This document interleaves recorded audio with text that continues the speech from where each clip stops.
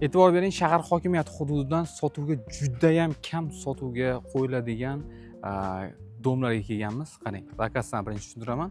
Chap tomonimiz shahar hokimiyati.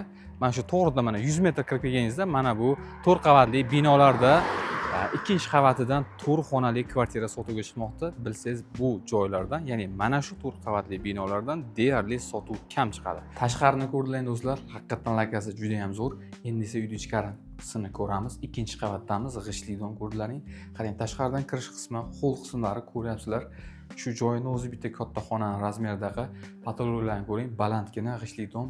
Remontlariga o'zingiz alohida baho bering, juda ham katta va yaxshi sifatli qilingan. Anomal sovuqda ham gaz o'chmagan joy mana shu yer bo'ladi. Qarang, kirishimizda birinchi o'ng tarafdan boshlab yuradigan bo'lsak, qarang. Birinchi bu yerda birinchi xonasini ko'rishingiz mumkin.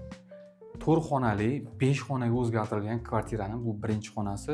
Remontlarini ko'ring, yaxshi holatda, radiatorlar barcha xonalarga o'rnatilgan, skvozon holatda. Bu derazadan tashqi tomon ko'cha ko'rinib turadi. Bu yer birinchi sanuzeli. E'tibor bering, Ariston radiatorlarigacha o'rnatilgan, kafellar qilingan, holatlar juda ham yaxshi. Ikkita sanuzelga ega, katta oilalar uchun juda ham zo'r variant.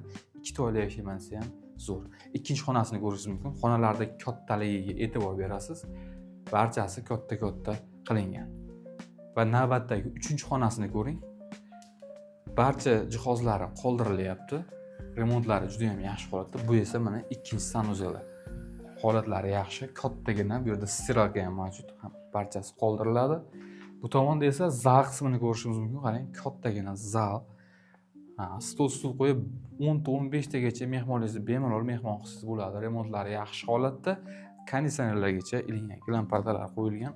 Endi bu tomonga o'tamiz. Bu yer oshxonaning o'rni. Qarang, kattaligini. Bitta xona qilib qo'yishga, mana o'tirishga yumshoq mebellar va televizor o'rnatishgan va bu tomonda verandasi joylashgan.